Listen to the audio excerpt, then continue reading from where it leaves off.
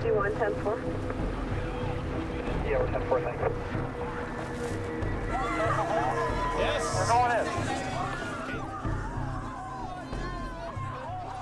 As soon as I got outside, I seen two cops, and they must have thought I was the one causing the problems or something. Handcuffed me and took me to the car, and I'm thinking I didn't break no laws, so I didn't do nothing wrong, and took me away. And they drove me out of town.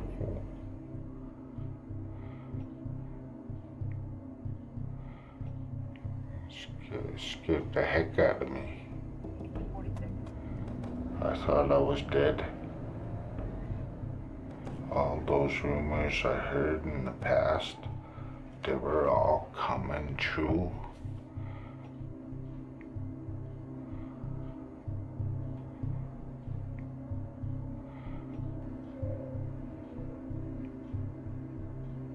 When they told me, Daryl, get the heck out, well, they swore, out, you effing Indian.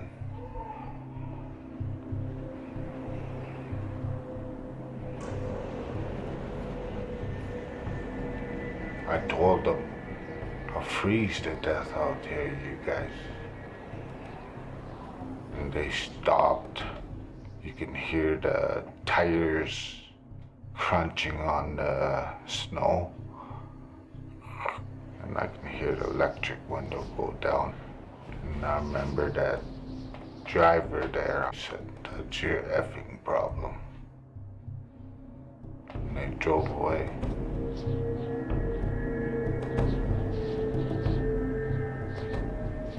But Daryl Knight is lucky. Despite darkness and bitter cold, he makes his way through the snow to a nearby power station. A passing security guard somehow hears the pounding on the door. The next day, another Aboriginal man is found in the same area where the police abandoned Daryl. 25-year-old Rodney Naistus was not so lucky. His frozen body is discovered by a politician out for her daily jog. He was last seen drinking with friends and was expected at the home of his cousin, who lives in the same building where Daryl Knight was picked up. 2 days later, Sergeant Bruce Ahalt of the Saskatoon Police Service pulls Daryl Knight and his uncle over for a seatbelt ticket. Neither Daryl nor the sergeant realized that their brief meeting will eventually lead to one of the most shocking revelations against a police force in Canadian history. Daryl and his uncle have heard about the freezing death of Rodney Naistus and question the veteran sergeant. I asked them why they were interested in that particular event, and in talking with them, they relayed the information that they felt that it was related to the same type of incident that had happened to Daryl. I told them, yeah, the cops dropped me off out of town by the power station there. I sort of took up the conversation with them, asked them if they had reported that particular incident to the police service, and the comment was made was, who's gonna believe me? I didn't think he'd believe me, you know that? There's a number of things that went through my mind, and I guess one of the first ones was, this can't really be happening. And I just felt that the badge and the uniform that I represented to this community was damaged. But I did ask them for some time. And the reason I asked for that time was so that I could begin an investigation, relay the information to Chief Dave Scott, who was my chief at the time, and that way there was, it gave us time to find out exactly what was going on. Next day, that cop that pulled us over, he pulls up. What does he want? I was thinking. And he goes, Daryl, come here. I was scared to go over there. And I go, what do you want, copper? He goes, remember you were telling me nobody will believe you? And I go, yeah. I believe you, he said.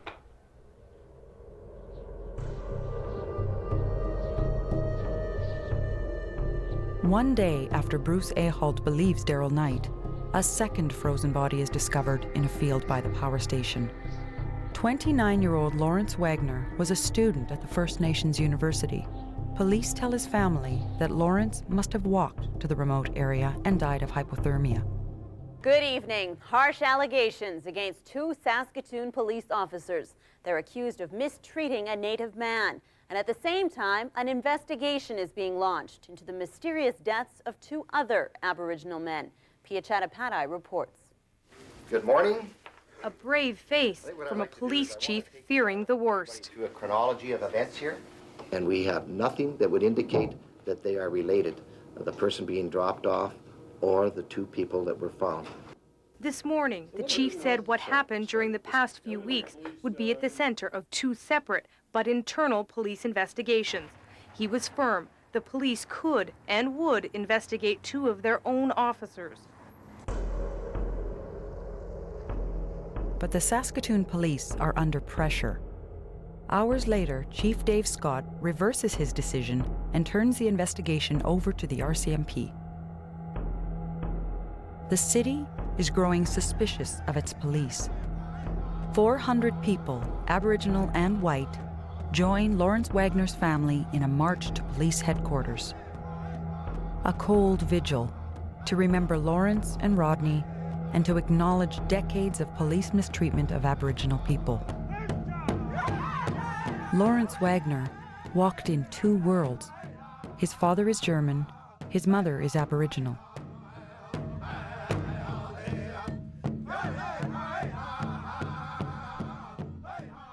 I needed to be around with a lot of people, and I know that people care, the ones that walk with us. It's just like it was a right thing to do. You can feel it in the air.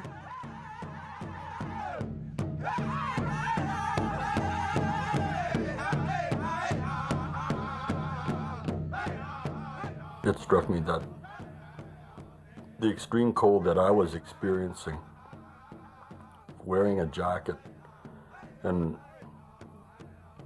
gloves and stuff like that, that I realized that there's no way that he walked out of town improperly dressed the way that they claimed that he was.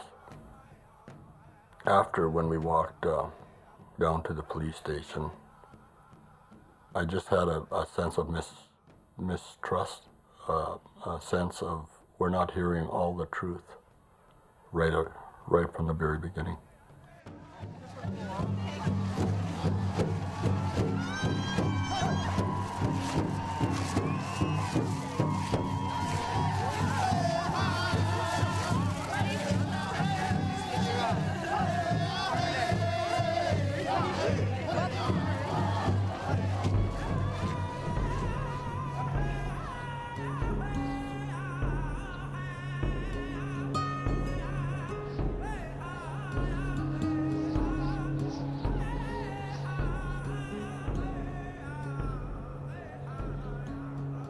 He was a curious person, always willing to want to learn about new things. There was always a lot of why questions. Even when he started school, the teachers were saying that they can't give them enough because he just soaked it up like a sponge. They were such fast learners.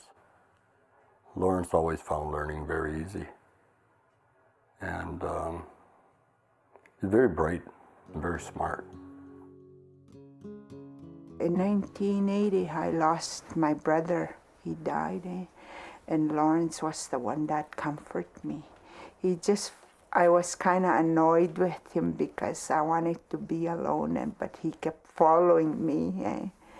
And he said, "Are you all right, my mom?" And he was only 11 years old.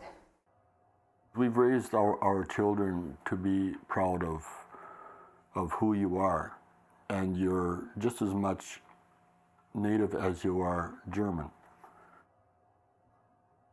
It should have been a little bit more recognized that he was a human being. Daryl Knight survived to identify the officers who dropped him off that night. But the freezing deaths of Rodney Naistus and Lawrence Wagner remain unexplained. The public wants answers, and a large RCMP task force is set up to investigate. The lack of trust in police, all police, motivates the Federation of Saskatchewan Indian Nations to bring in one of their own. Oliver Williams is a retired RCMP officer with 24 years' experience. He makes the move from his reserve in interior BC to Saskatoon. Policing is a really hard profession. I think it's one of the hardest professions, bar none. And I think if you get police officers there that have a racist attitude, that do things a certain way, well, of course, it reflects on all the other police officers. And unfortunately, what goes on is you have a generation of policemen that pass these work habits on to others, and pretty soon it becomes normal. This is the way you do things. The easy answer would be to get rid of a generation of policemen, but no, the reality of it is you can't do that. So what we have to do, I think, is concentrate on the younger officers and hopefully change the way that they do business. Oliver takes charge of the Special Investigations Unit at the Federation of Saskatchewan Indian Nations. He shadows the RCMP task force, looking into the deaths of Rodney Naistus and Lawrence Wagner, the abandonment of Daryl Knight, and other similar incidents. He opens a toll-free line to receive historic and current complaints against police across the province. In the first few weeks, his unit receives over 800 calls. A lot of the complainants that I've talked to refused or did not want to come forward because they were fearful of reprisal. And at first I thought, well, how can you fear the police like that? But after talking to them, I found it to be a really genuine fear that they had. And I think that's the biggest challenge that the Saskatoon City Police are going to have to overcome in the next 2 years, is to get rid of that fear that people have. Okay, this is further to your call about that incident you had with the police last Saturday night. What I want you to do is tell me in as much detail as you can recall what took place. If someone had taken me and told me that this is what you're going to encounter when you go out there to do this, I would have said, no way, that's just not, doesn't happen. That doesn't happen. But I've had my eyes open big time. And I guess I go through a gauntlet of emotions here, in that I look at it from the perspective of a police officer, and I'm really ashamed at some of the stuff that I have encountered, that I see that police officers have been involved and are responsible for. And then as a citizen, as a just ordinary Joe, I'm appalled. I truly am. As a First Nations person, I'm angry, I'm hurt. And so I go through all those emotions when I encounter these things. Were these all friends of yours that were in the vehicle with you? Yeah, they were all. Okay, you know, they witnessed what happened, eh? Yeah. Okay. You think you've seen it all and heard it all, and you're pretty well hardened to everything, but there was many times when I cried. You know, when you're alone in the car, and just to think that these things happened, and just shouldn't have happened.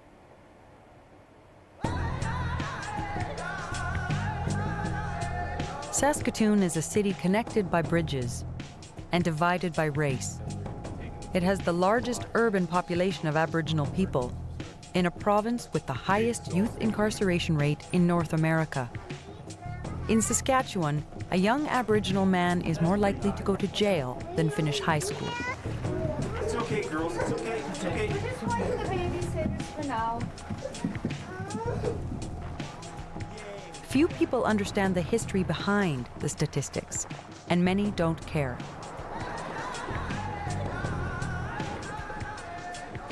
What are your conditions? No drinking, no weapons. Okay.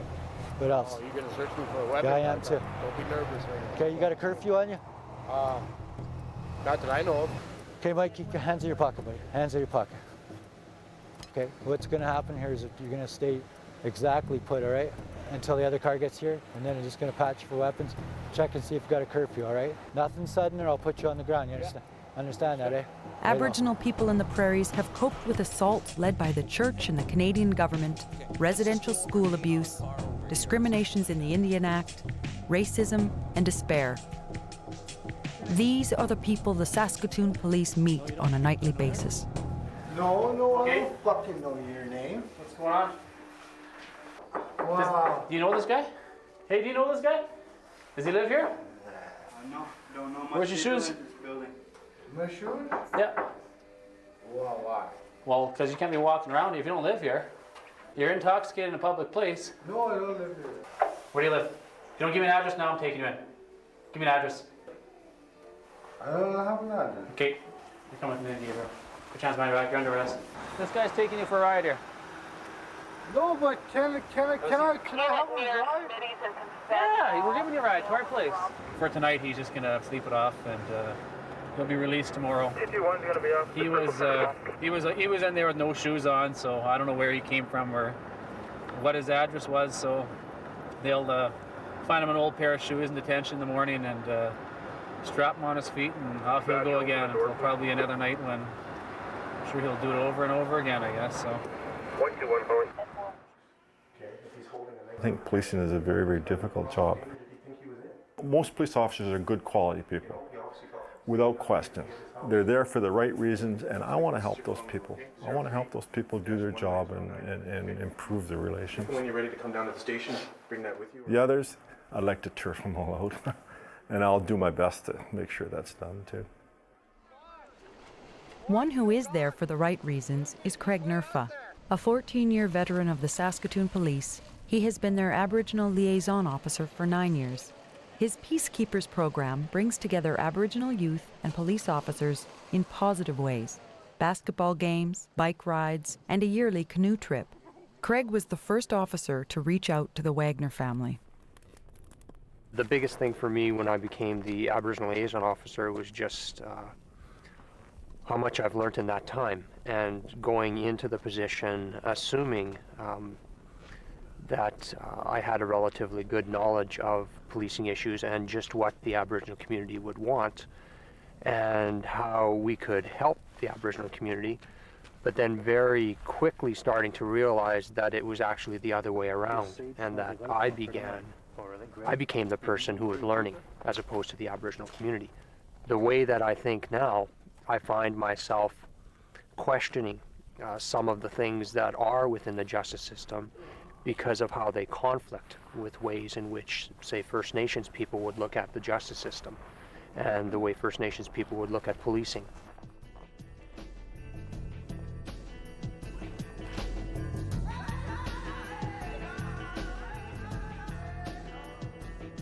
Don Worm is a lawyer. His email handle is Legal Warrior. His firm represents Daryl Knight and the family of Lawrence Wagner. It was pretty clear to us growing up within our community that there were all kinds of inequities that needed to be addressed, and so it was almost a natural movement towards this particular profession in the hopes that not just me, but other of my family members who are also interested and involved in this area could make a difference, and we continue with that struggle.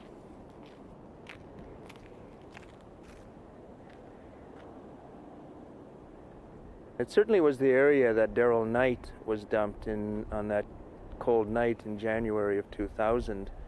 Fortunately, he was able to make his way back to that power station and was able to summon assistance, and by doing so was able to preserve his life. And as a result of that and the complaint that he subsequently laid, a number of other issues have since come to light. Those issues being, of course, the other frozen individuals that were found.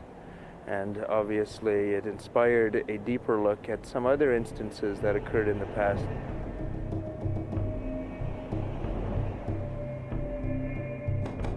Good evening. 2 Saskatoon police officers have been charged with assault and unlawful confinement. The charges were laid after an Aboriginal man claimed police abandoned him outside Saskatoon. The case has sparked a national debate about how police treat minorities. Constables Ken Munson and Dan Hatchin admit to abandoning Daryl Knight in the cold at the edge of town. As the case progresses, emotions run high in the city of Saskatoon. Thoughts that usually remain unsaid are now in the open. Why are these two taking the blame for everyone that's dead? It's not their fault that everyone's dead. They're just lucky that Daryl Knight found the phone to phone a cab. Daryl Knight, please. What about his arrest record? What about the trouble that man's been in? Does that mean he should die? No, that doesn't mean he should die. Nobody should die.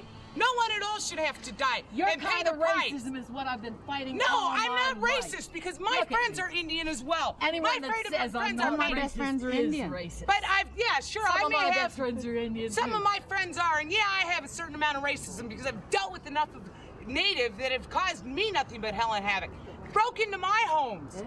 White okay? people have done that to me. Well, my nose fine. is broken. I have how many burn holes in beers me. do you I drink have and how much burn marks bingo do you on my do? Body. And how much welfare are you guys on?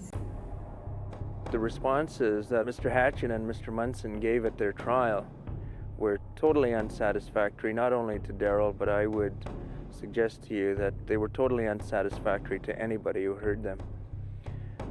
As a matter of fact, their version of events was that Daryl asked them to drop him off outside of town on a cold night. Nobody can accept that. There was no indication on their part that they saw Daryl as anything other than what Daryl testified to, and that was a drunken Indian. Saskatoon police officers Ken Munson and Dan Hatchin are fired after they are convicted on the charge of unlawful confinement in the Daryl Knight case. They are found not guilty of assault. They are sentenced to 8 months in the Provincial Correctional Centre and will be out in 4. I guess my feeling after the Daryl Knight incident was also one of anger, because I had felt that in a way I was being let down by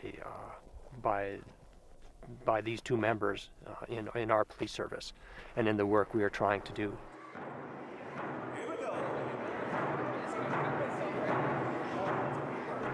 Throughout the 9 years that I've been in this position now, I become very close to people I work with and have developed a lot of friendships and a lot of very, very strong friendships. And so that affects you personally when all of a sudden you're not dealing with someone who's just a stranger. You are working and you see the pain from people who will become very close to you. And so I always, it's almost like you feel the pain yourself when you see the pain through them. And I think that makes a big difference.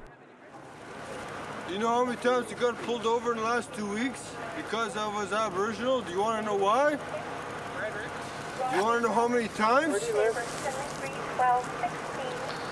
12, 16, yeah. 5 times I got pulled over for nothing because I was walking down 21st Street. And for what? I asked them, you got a problem? The conviction of Munson and Hatchin in the Daryl Knight incident doesn't help the families of Rodney Naistus or Lawrence Wagner. They want to know why these young men froze to death at the edge of town. It still saddens me.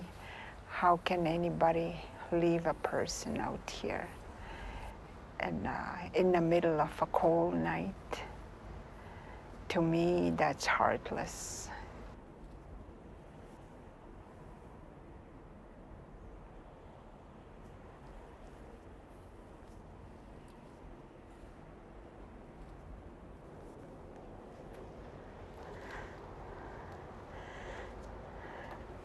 I remember picking one like this when we came down here.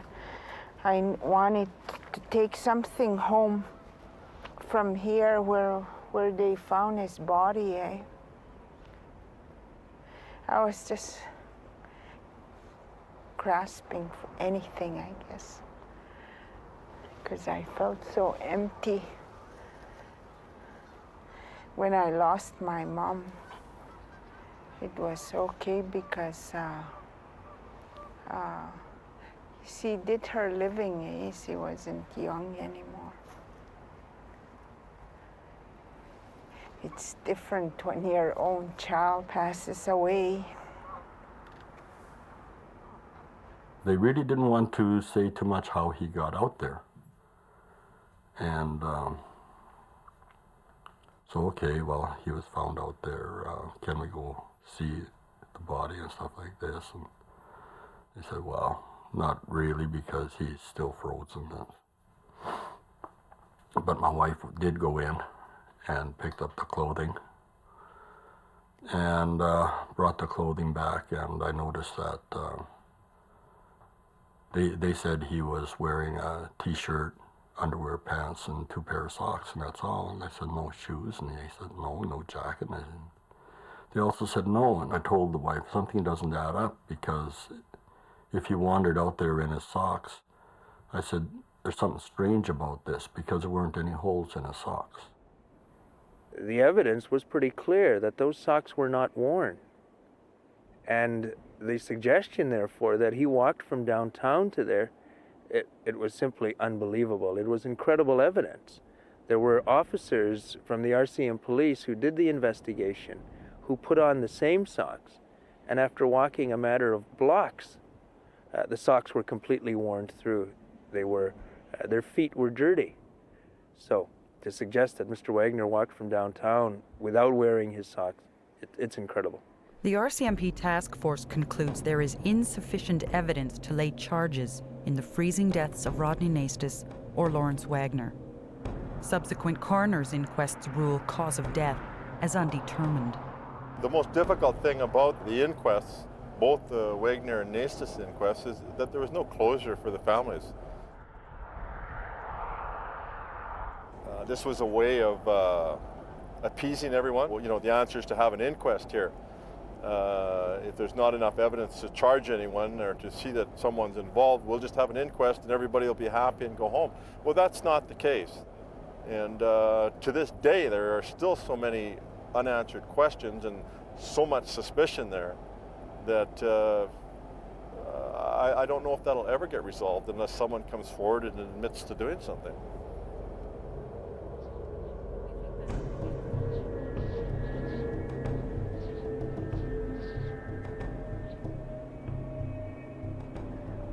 It doesn't look right for a lot of people to die out there. That's what I don't understand that. I don't understand why they have to talk about Lawrence when he's dead. The kind of life he led, and you know, it wasn't even true. Most of it wasn't even true. I don't understand that a drug addict to be treated different the way they said about my son. At first, he was a human being. Is it okay for the drug addicts to die? Undesirable people around the world? I don't think so. It seems like we're not valued as human beings. We're Indians. In addition to Hatchin and Munson, the revelations now take another career. Dave Scott is fired as chief of police. An outsider is brought in to take his place. Aboriginal elders reach out to new police chief Russ Sabo. When I came here, it became obvious that there was an issue in this city, in Saskatoon, with the way that Aboriginal peoples were treated differently than others. When I got hired, Walter made arrangements in the Aboriginal community to have a traditional swearing-in ceremony using the Aboriginal culture and ceremonies. And it was an absolutely moving experience for me. It was very humbling. For our elders, all giving prayers on my behalf and hoping to heal the rift that was there between the Aboriginal community and the police. Walter Linklater is a constant presence throughout the conflict. He has been Craig Nerfa's advisor for years and has helped the Wagner family. His is a voice of advice for the new chief. We have to have a serious look at finding appropriate cultural ways to help our people. And this is what Craig Nerf was attempting to do through his work, and this is what the elders are attempting to do in their work.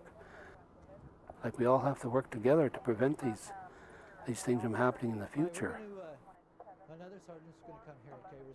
And there are different ways to work with our people. From a non-native point of view, sometimes they find it very difficult to work with our people because they don't understand our culture.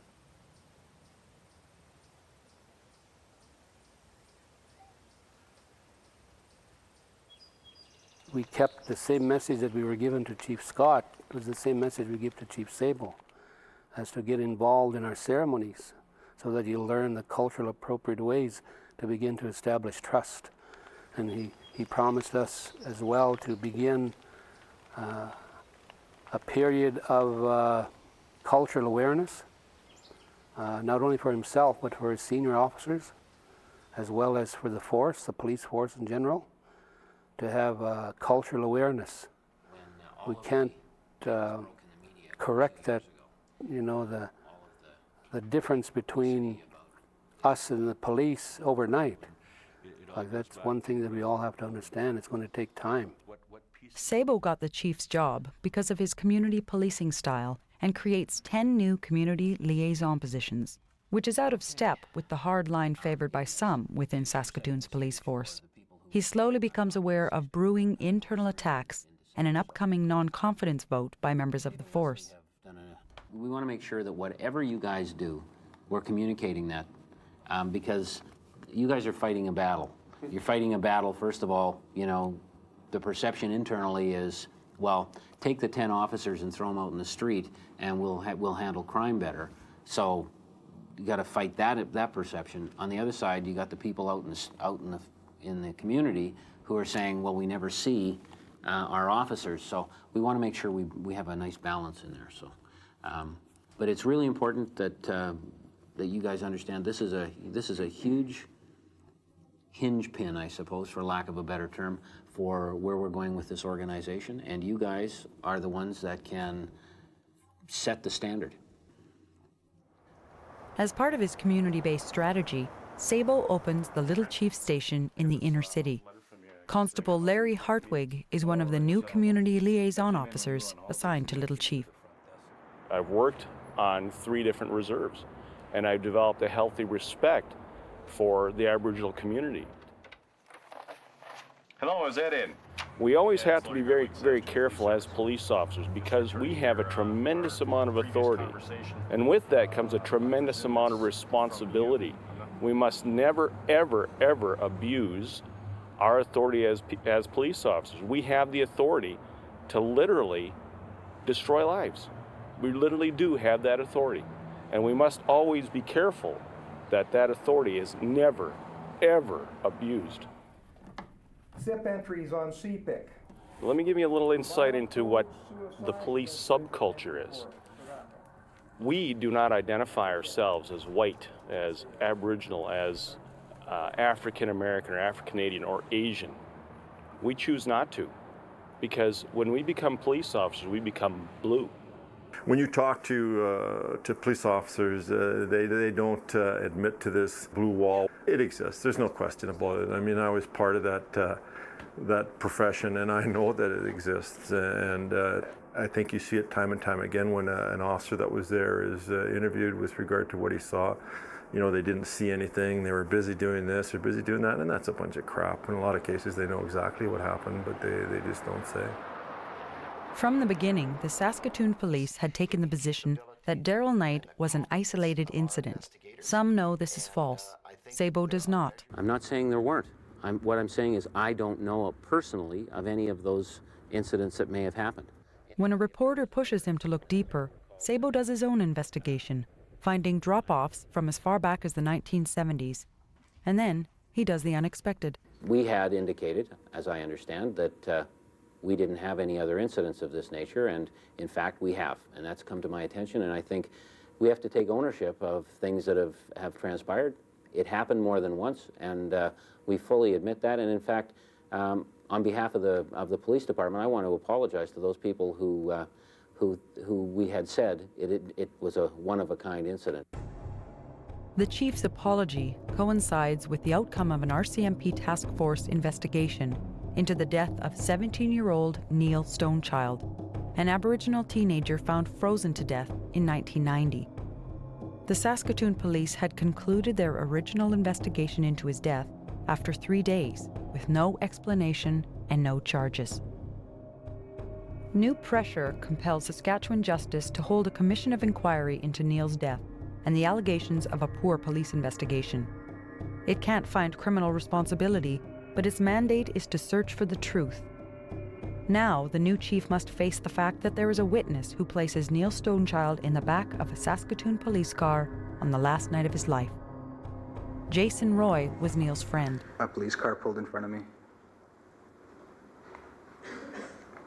And Neil was in the back.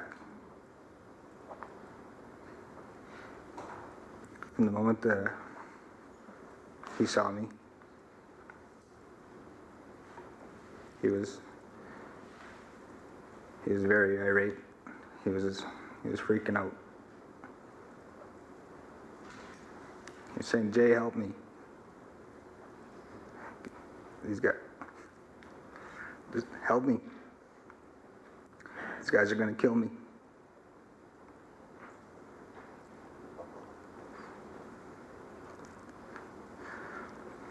Did you observe his condition?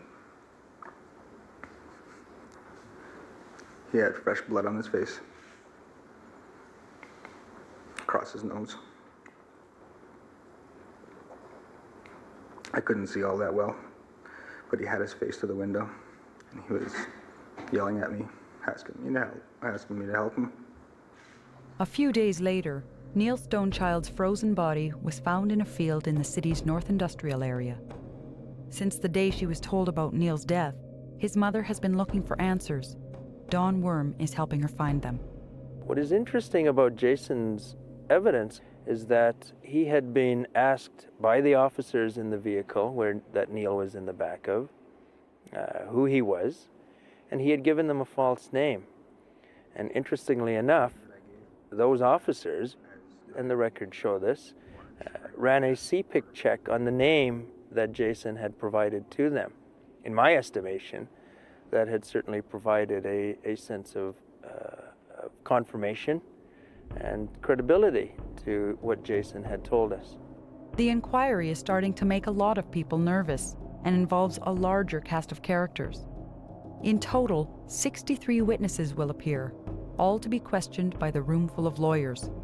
Oliver Williams and Annette Ermine of the Special Investigations Unit follow the inquiry closely.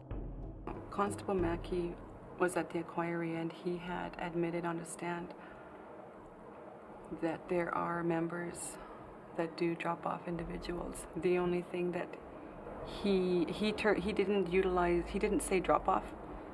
He termed it as unarrest, but it still means the same thing. So it caused quite a controversy at the inquiry. So did he say that practice is still happening today?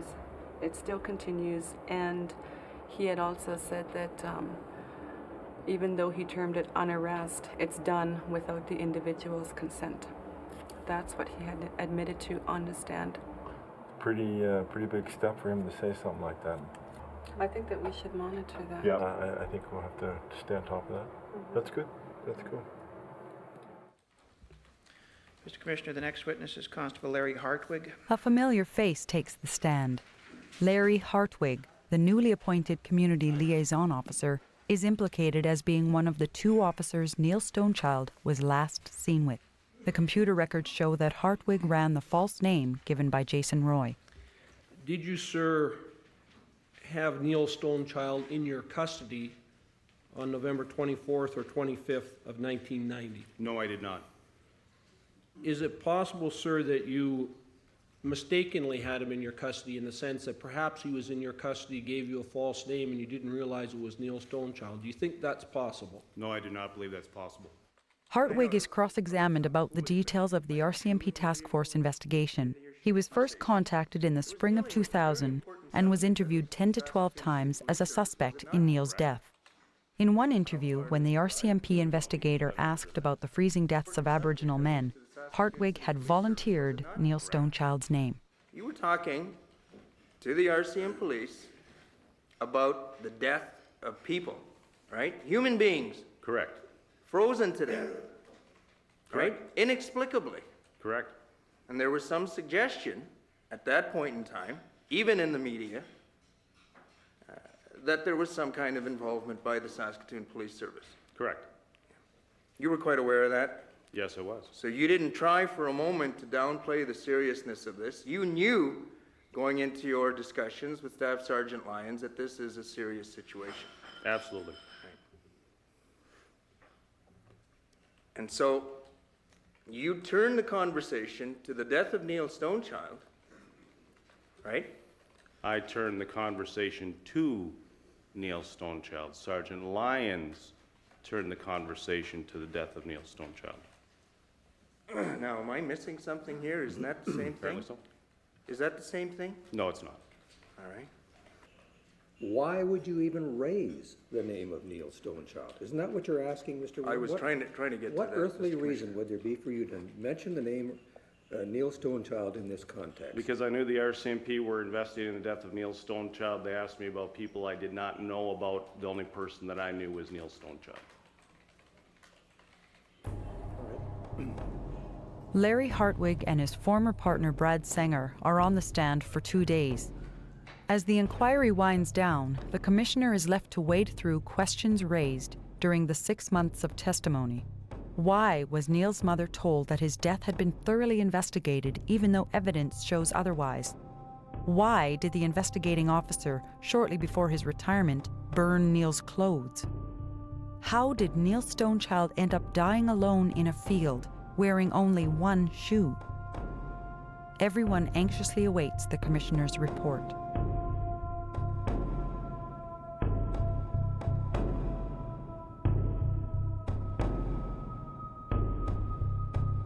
It's murder as far as I'm concerned. There was no question that whoever dropped him off out here knew that he had hardly any chance to get back. There was, and to me, I'm convinced that he was possibly unconscious when he was dropped here too. And so if you drop someone off in minus 26-degree weather that's been beat up, has got marks on him, he's not going anywhere. He's not going to go anywhere but from that spot that he's dropped on the ground.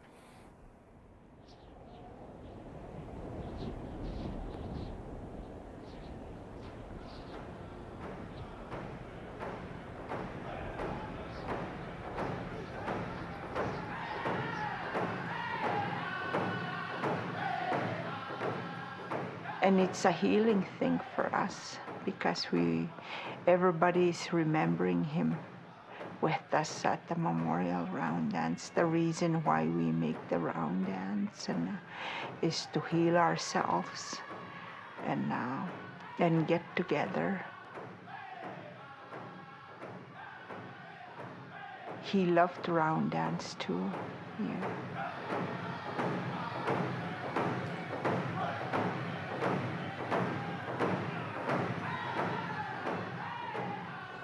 Elders, when they hear and know of families that are in pain, specifically the Wegner family, we had a lot of sweats for that family. And asking the Creator to give them courage, acceptance, and we also prayed, for the victims. We know that they are in the spirit world, so we have ceremonies in which we honor them.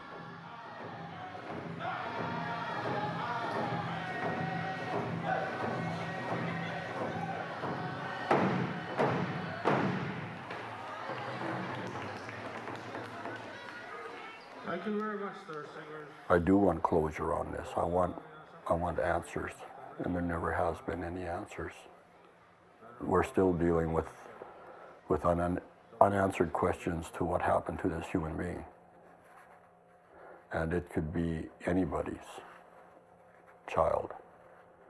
And I think anybody out there that would have had this happen to them would want to know what and how this happened. And we still don't know. We still don't really know the truth. I never forget my son when it's cold out there. It doesn't bother me when I'm shaking and cold, because he was out here freezing. I can go inside and get warm, but he never got that chance. He wasn't given the opportunity to save himself. I know he wanted to live.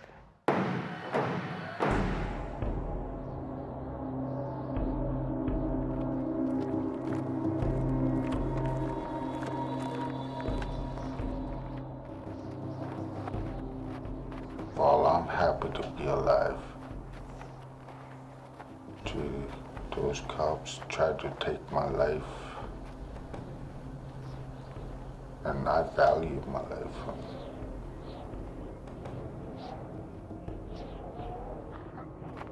Nobody deserves that. Don't matter what nationality they are. Black guys, white guys, Indian guys, nobody.